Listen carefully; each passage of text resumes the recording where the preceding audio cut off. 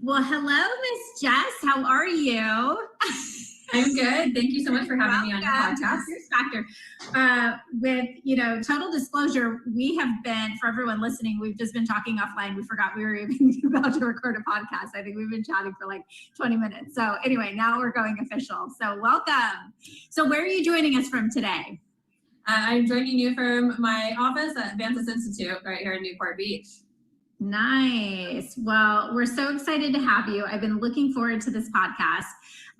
Obviously, we chatted a little bit beforehand just to kind of frame up what we were going to deliver from a content standpoint.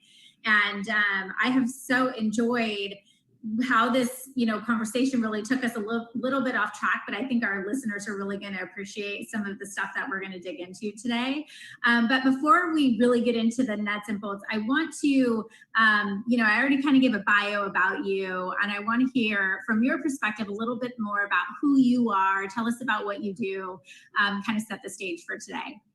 Okay, perfect. Well, I am the co-founder of Vantis Institute in Newport Beach.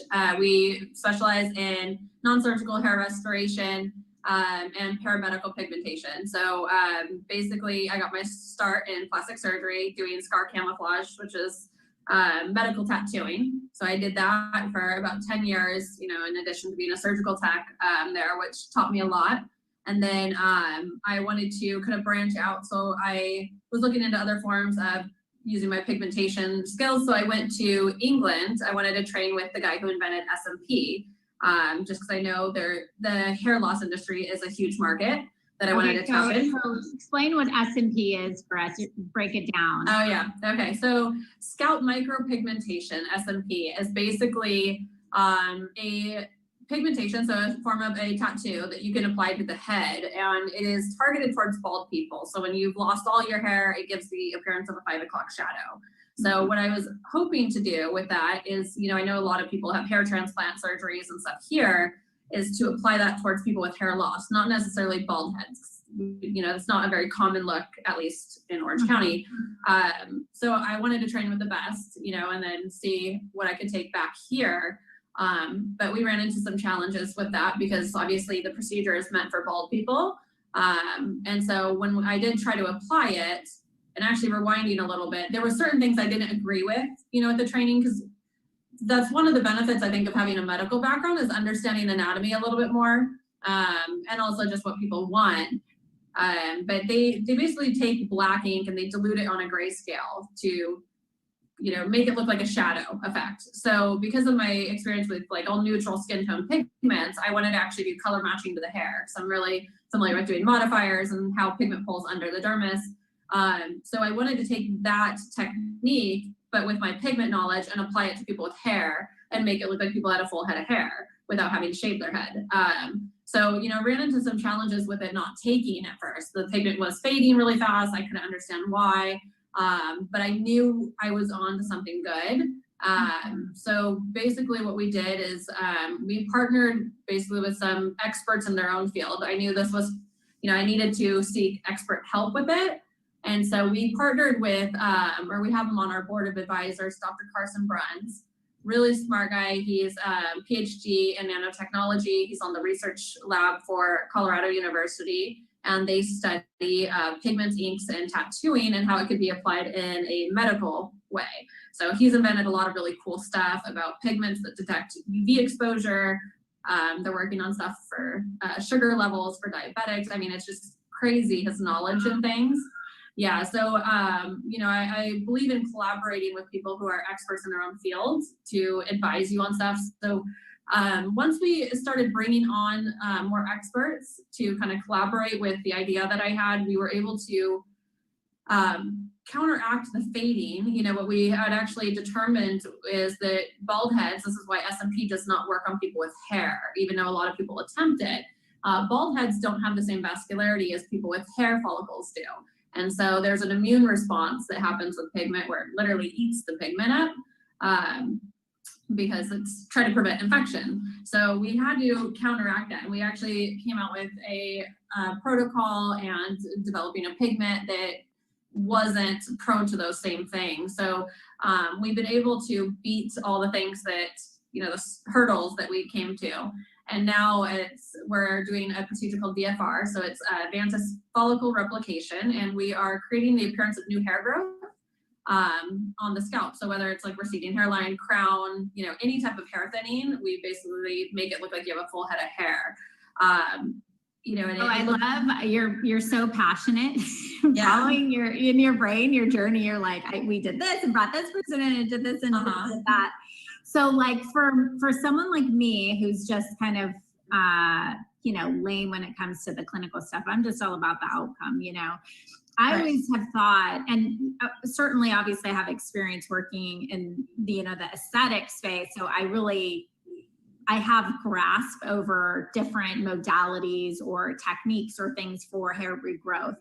But like what you essentially have sought out to do, one, coming from your tattoo camouflage background, which just to kind of backtrack and fill people in, you came from working and really building that concept or that model with a very sophisticated plastic surgery practice in Newport Beach, right? So you took that experience that you had there and you were like, I want to take this to the next level and basically take this whole SMP model that you studied in England and brought it back, and you've now created like the modern day 2K, like, right? Yes. Am I on the right track here? You're totally right on. Okay. I mean, being in the aesthetics, you probably heard this, that the non-invasive things are completely taking over the surgical market. People don't have time for surgery anymore. And so when there's a need for something, that's why I think I was so just bent on, I had to figure out a way to do this. Cause I knew people, 85% of men are going to have some sort of hair thinning. It's a huge number, of people who have this. So there's a need for it.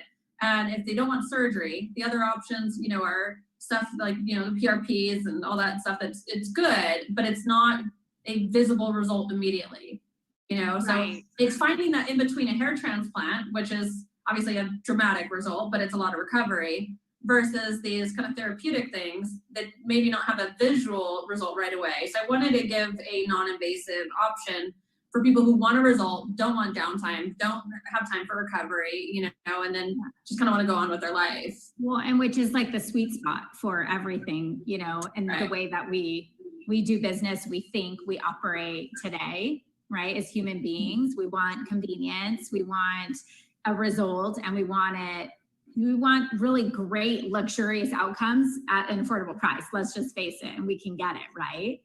Yep. So it's interesting because you mentioned that you were really responding to a high demand that you were seeing around like hair, I don't know if you call it like male baldness or hair loss in men, right? And then I have to really like also expose this because I didn't realize, I figured like if you're a bald guy, you're probably insecure looking in the mirror, maybe. Although I think some bald guys are quite sexy. It doesn't bother me a lot, but I get it.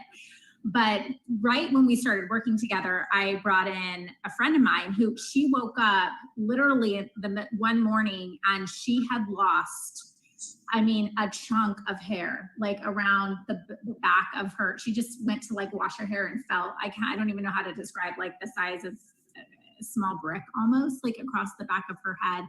And all of a sudden I was like, okay, what can women do about this issue? And of course you came to the rescue, but talk to me too about like, this novel concept and how it's really is universal for men and women. It is. And actually women are a little bit different too, because, there's obviously the male pattern baldness, which for men is going to attack the top of their head. They have good hair still on the side. So they're candidates for hair transplants and stuff. With women, it's a lot different because a lot of times women are getting global thinning, and they're not the best candidates for surgery because they don't have good donor hair. It's all over. Their hair is starting to fall out, thin, and there is a psychological component for women, even though I know it's there for men too. Men don't want to lose their hair, but hair helps. It's one of those things that define your femininity. So it really messes with women, whether it's like their dating life, self-confidence, when they do start losing their hair. And unfortunately, it's the lack of options that they have, because women, that's the big difference with men and women. Women are all about enhancement and maintaining, they're on top of the market. And so when there isn't an option for them, it's very frustrating, you know? So I do women. I do a little bit larger procedure because it's more coverage for them. But it's been, I mean, life-changing. I just did, I don't know if you saw the photos I recently posted of the girl, but I mean, she had a alopecia all over her head. I mean, it was really sad, and she said it's been affecting her for a while. She had clients like trying to give her advice, and she's young, you know, she's I think like in late 20s, early 30s at most, you know, so hearing her whole story, and you know, she ended up actually coming out and talking about it on her own social media, which I was surprised to see, just because she said it was a very vulnerable thing for her to actually confront. Well, I think that's a testament to the impact that you made on her, to your point, you know, her psychological outcomes. And, you know, so I want to talk about, because I do follow all of your photos because I'm obsessed with, you know, your results, number one, are so impressive, and just what you do. And it's so relevant for all of us as people and just thinking about this kind of stuff. But, you know, something that we've talked about, and, you know, we have Tavania, who really runs the back end of your business in our leadership academy. And so a lot of what we do together is like on the back end of the business. And I don't get to see the output. For me is so fun when I get to see like what actually happens, you know, like putting cash in the bank and then it comes out. But let's talk about this, because something that you have really made a core principle behind the way that you represent your business is to be authentic to who you are, and to really market yourself to attract the clients who are going to appreciate really that the technical skill you have, but the personality, the swagger, kind of just like the vibe that they're going to get when they come in. And a lot of what you post and what is out there in your marketing, on your wall, your artwork, you know, could, in, you know, I would say very conservative community in Newport Beach, be perceived as a bit risque, right? I mean, it's very edgy. And so I want to talk to you because, one, it takes a lot of guts to market, you know, in a different way, but also, two, it's so clearly set you apart from your competition, and really you guys are just in a category of one in your market. So that was a lot of commentary. So I guess my question is, you know, tell me a little bit about what it takes to stand out in a saturated market like Newport Beach, and how has this differentiated marketing contributed to that?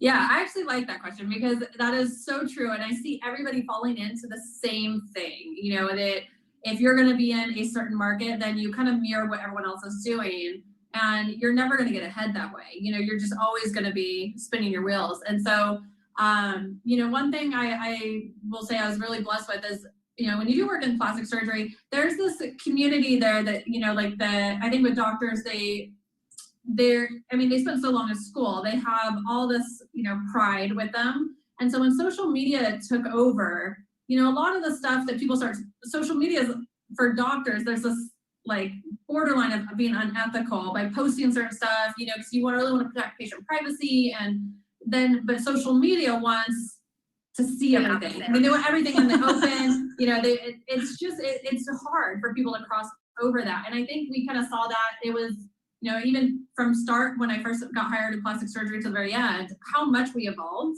you know, because we started accommodating to what our people wanted to see. And, you know, and that goes even with like what you're saying, you want to attract the person that you want to work with, because, you know, in the beginning, I think when I first started working there, was like, you know, get everyone in, whoever you can get in, and, you know, go that route. But then you also can deal with unsatisfied people. And so we actually started vetting people more, you know, and looking at it like mutual interviews. When you actually see someone, like they are interviewing you, but you're also going to interview them, because they're your reputation. You know, if they're happy, if they're going to be going and telling everyone, reputation is huge. You can have a huge volume and have an awful reputation, and it's not worth you spinning your wheels over the volume, you know. So what we did is, we really, when we started doing our business plan, we said, who is our archetype? You know, what type of person is going to get this? You know, they obviously are going to care about their appearance. They're probably optimizing themselves in any way, whether it's health, physical, So we defined our archetype. Now we've changed that a few times, by just doing internal studies. We ask our patients a lot of stuff like, what podcasts do you listen to? What do you do for hobbies? What do we do this? So we've actually compiled our own data on the side of who our archetype is, and that's how we've done our marketing. So we didn't want to be generic, because if you think about it, you go to a hotel that's really nice, and it's really nice, but it's not memorable. Then you go to Palm Springs and all those little cute boutique hotels, or Vegas, and when somebody has a very defined style, it's memorable and it does leave more of an impression on you as far as referring. So we have a style. We like 70s. We have, we want our archetype. We want someone who's laid back, that's fun. We're with them for a long time when I'm doing the procedure. I want someone who is able to talk, have a conversation, that I actually enjoy doing what I'm doing on them, not that's, so uptight. So I think it should be, you do your marketing based off of who you want to attract, and I think the data that you compile, people. Yeah, it's important to have it from the source. Yeah, I think it's tough, for your average business. Let's just say, get out of any even aesthetics, right? I think it's difficult because in the beginning, especially, you don't want to polarize. You're scared, like, okay, if I just niche down and only communicate to this specific type of client, then it's going to be so hard to find them. And it's really the opposite. It's really like, rather than casting this huge net in the sea, right? You've got like the right fishing pole and the right bait and the right, approach to attract that specific type of fish that you want to catch. Yeah, and we did that even with our ads. We put out several different ads, and we saw which ones actually got responded on more. And then we started just defining it. So when it comes to marketing strategy, I think, it's good to have an idea of who you want, but you also have to be flexible in changing it. But we also did know too that, when we talked about our artwork, we do have some, like, I had Led Zeppelin behind me right now, but we have some really awesome artwork all throughout the office. And at first we talked about it being a little risque or the stuff, but then we're like, the type of person who'd be offended by that is probably also not the type of person that I want to work with. Right. And get them uptight, stick up their butt, like. Right. And those people, and it's not even to say it in a rude way, but those people are more likely to complain. They're more likely to be unhappy with certain stuff. Like, they're more likely to write you a bad review. So that's all going to end up backlashing on your business. And again, you want to stand out. So if it means being a little bit on the edge, then the only way you're going to have an advantage over competitors is to be different. If you're just kind of blend in, you're never going to get ahead. Yeah. And I'll include, obviously, if you're this YouTube video for anybody who wants to watch this, but also the link to your Instagram. So like, if you're listening to this podcast, you can go in and check out kind of what we're talking about. But so I thank you for that, because we happen to have a lot of clients, and we just communicate with people really not just in Newport Beach, but all over the world. And sometimes someone will call me and say, Kaylee, but you don't understand. I'm in this really like densely competitive metro, and the people here, they like, it's the housewives. And I'm like, wait a minute, let's talk to, someone in Newport Beach who really gets it. So I think you guys have done a phenomenal job. But I will say, as you were mentioning, your experience, the hurdles that you overcame just trying to figure out your really like the clinical formula, right? For the result you wanted. You were mentioning, how you really sought out experts, and you were looking for, it was about who are the people that are going to bring really an elevated conversation, asking different kinds of questions, different experience, expertise, right? And something that you have done in your team, you as a business as well, Jess, have done exceptionally well. That, as I know through my experience working with you guys, is that you really do have this philosophy and that theme of, I'm not the smartest person in the room. I'm not trying to be the smartest person in the room, but I'm trying to sit around a room with, you're the best at what you do. You're the best at what you do, right? And so that has really translated into the team of people that you have. You have clearly, made that an important mission through this process. So talk to me about, as we were kind of pre-chatting, you just mentioned how, you do the team test, right? Like when you're looking to bring on new people, I simply ask, hey, well, like, how do you know that that's going to be a great fit for your business? So we talked about, the personality of the business, and when you have that well-defined, that helps. But talk to me about, how you use that team test as a diagnostic for hiring new employees. Yes, and I think every company should do this. I cannot stress this enough, because I've been an employee too before I was, the owner of this company. And there's nothing worse, even if somebody's hired and they're a great skill set, but they don't work well with the team. And once you have individuals, the whole office cannot actually thrive. So I'm a huge fan of this. I do this at my office, that basically once I find, my top 5 candidates for a company, and even before skill, I actually look at work ethic and passion for stuff, because I think skill can always be taught. Those are 2 things, but I've also seen it, vice versa, where you have someone that's so talented, so smart, and they're, showing up late, or they're calling out sick, or they're not that into what you're selling. And so that skill is useless, so those, I always look for those 2 things. And then once I find someone that I just think is an amazing person, I think you also have to step back and realize, I'm not going to be always working with them, but my team is, and I need to make sure that they can also work together in their expertise, because that is, I don't really believe in micromanaging. I believe in really making sure that you hire the right person for the job, and then every week we collaborate together and we create a product together based off of all our individual findings. So once I find, our top 3 people, we have a full staff interview with just the girls in the office, and then if they approve of the person, and we have a discussion after of what they thought, any red flags they saw, because everyone's going to have a different feel for the person. They ask different questions.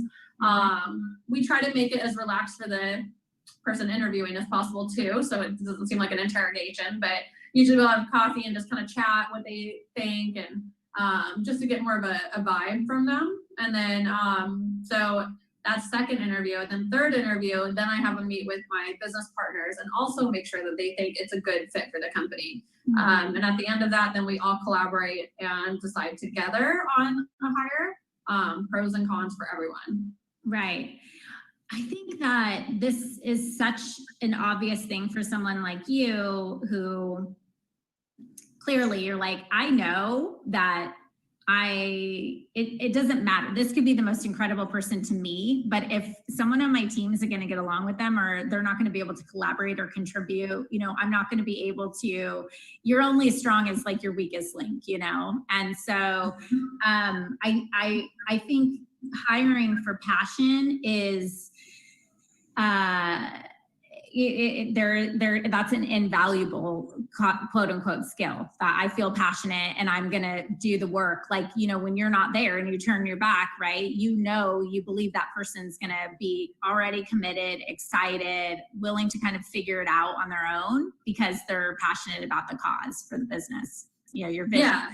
And I tell every person I hire too, I'll give their job requirements, but I also say it doesn't end there. And I also say the one thing that we do not ever say at this company is, that's not my job.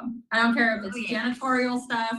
I don't care if what it is, but each person's going to have your priorities. And when your priorities are done, you're going to check with anyone else around the team to see if they need help with theirs, before you leave. So everyone. And that's why they should agree on the team member, because if you don't respect each other or have that mutual respect, then you can't lean on each other. Because what if one person calls out? I need the other girls to come in and team together and fill that person's job until she comes back, and so it has to all go that way. So why more people aren't doing, team interviewing or hiring, I'll never understand it, because those are the people who work with them, not the manager, the person actually doing the hiring. Exactly. Well, and I think probably I don't want to get off on a tangent on this, but a lot of times hiring too late rather than building a real plan and having the foresight that, look, in 3 months, we're going to need this. So we're going to start the process, right? And not having to just hurry up and fire to shoehorn somebody into a role because they have a gap in their business. So part of it's really planning, quite honestly.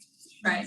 So, okay, so we just totally brushed over this, but there are a lot of budding entrepreneurs, a lot of career people, industry reps, nurses, or even practitioners who are like in, want to open a private practice, who follow and listen to this podcast in different capacities. And one thing that is so appealing to me about having a conversation with someone like you is that you were really in those shoes. You had a very successful career with a leading plastic surgeon.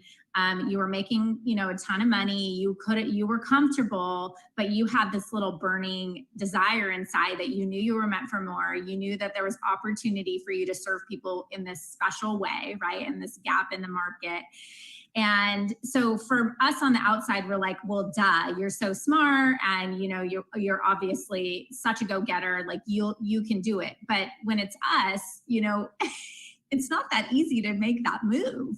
There's a lot of uncertainty. It's scary, so I want to really kind of tap into that piece of you and that kind of time period, what it took for you to make the decision to start your own business. And how would you inspire, motivate, or what kind of advice would you give to someone who is considering leaving a comfortable position, or uncomfortable even, a position where they're going to go out on their own and really have to go face the unknown or the uncertain? Yeah, it was a big decision for me. And also, of course, you have people around you telling you you're crazy if you're going to leave. Stability, and especially if you're getting paid well. If there's nothing wrong with your situation and you're doing okay, and you're happy there, it is a very challenging thing to stop it. Usually, if you're unhappy is when you're going to take the risk. But when there's risk involved, there was a lot of benefits to risk weighing out. And I think ultimately what made me make a decision, because of course, I think every single person on this planet fantasizes about owning their own business because you have freedom and you can do what you want and, financial freedom. But, a lot of businesses fail. And I think that's always what stops people is fear. And so, of course, I had the same fears everyone had. I ended up weighing out my options, of kind of going back and forth of what I should do when I was thinking about this. And ultimately what I had decided is, I was comfortable, I was getting paid well, I was getting pretty nice annual raises where I was. And I kind of did like a 5-year, 10-year, 15 and 20-year plan. And what I came to the conclusion is, eventually, and I worked for a doctor, so it wasn't a corporation at the time, eventually that doctor is going to retire. So my 5-year plan looked good, my 10-year plan looked good. And then after that it was uncertain. And so, I think looking at the future, and that's the scary thing, is I think it's so much easier to just kind of look at what's good for you right now.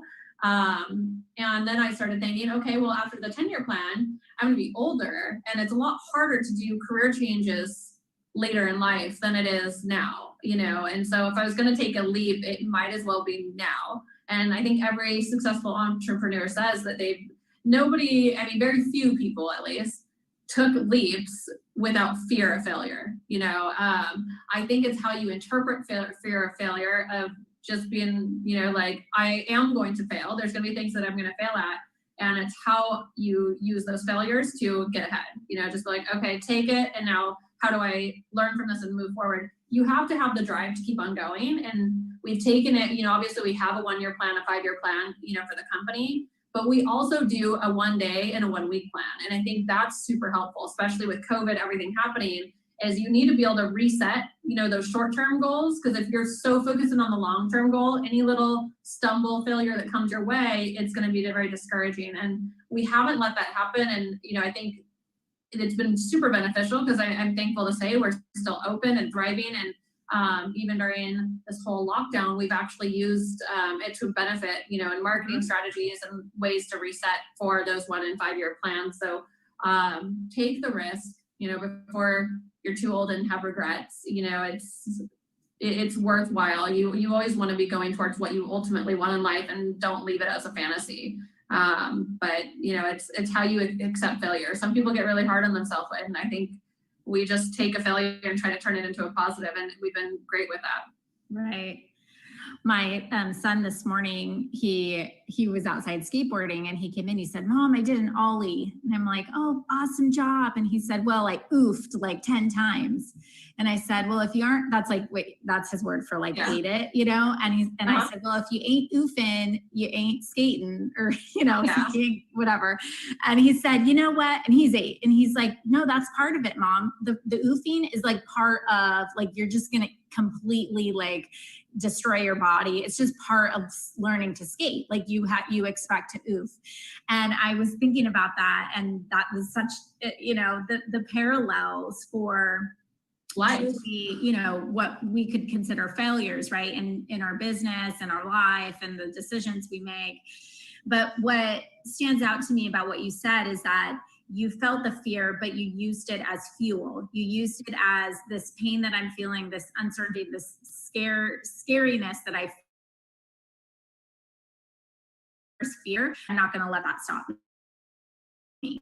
I just feel it and go, right? Yeah. And if you decide to go, you have to go. You can't, you know, it's like the people you see trying to make a backflip, and then they second guess it. You see in their head, they second guess it last minute, and now they're back flopping on the water. You know, so that is like, even with the skateboard, that applies to life. If you're going to make the decision to do it, go.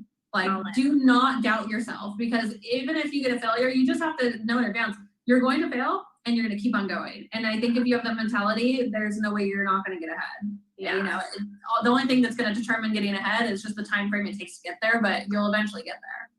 Yeah, I love that. Thank you for that, Jess.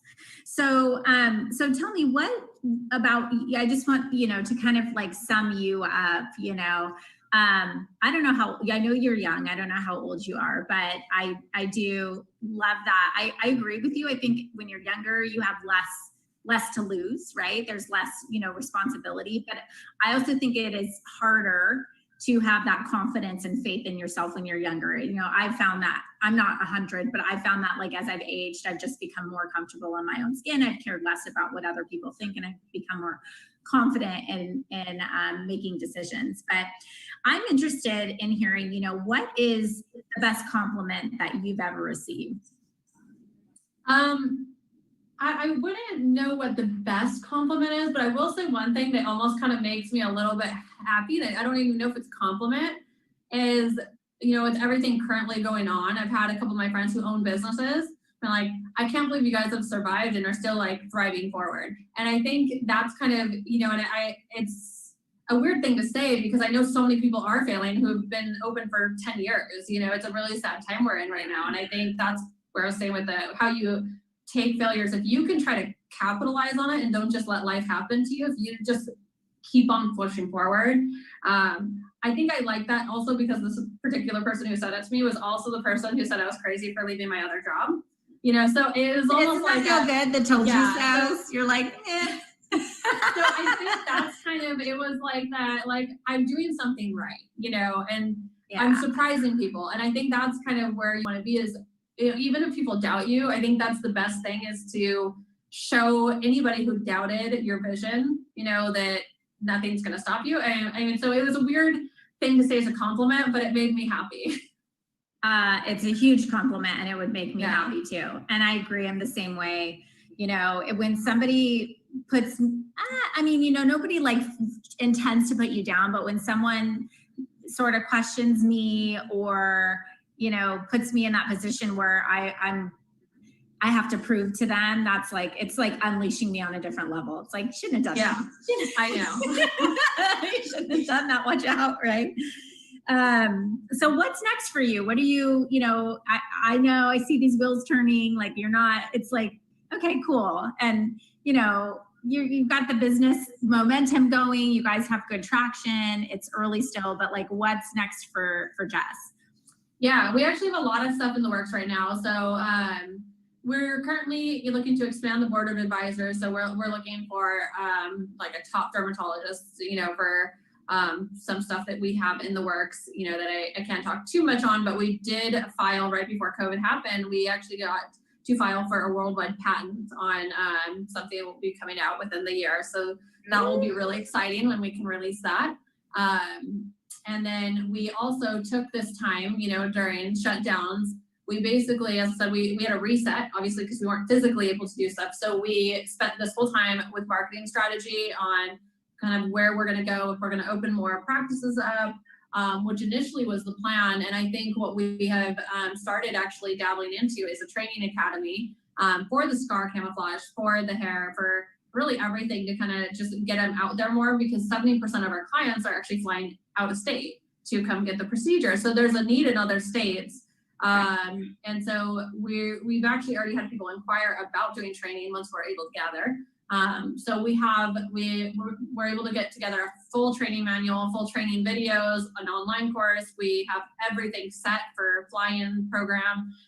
So we locked that down. So that will be something that we'll be able to do once everything is up and running again. But we've got to actually, having to slow down was really nice, because we got to reorg, the whole company and where we're going and stuff. So it's very exciting. But yeah, expanding our board, getting the academy going, and then the patent we filed is going to be something very, very exciting.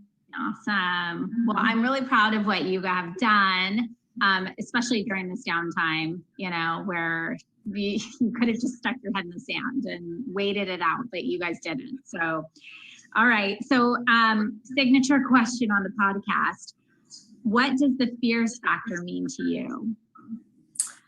The fierce factor, I think it's more of the person, it's everyone, I think, that's going to be within your circle and has that fierceness. I think is the drive, it's like you said, when someone almost like a backhanded, not put you down, but challenges you in a certain way, it's the fierce factor is the drive to innovate and move forward and be successful. And I think it's actually a personality. It's your work ethic, and hopefully, we can spread that to more people, because Orange County is one of the best places, I think, for California.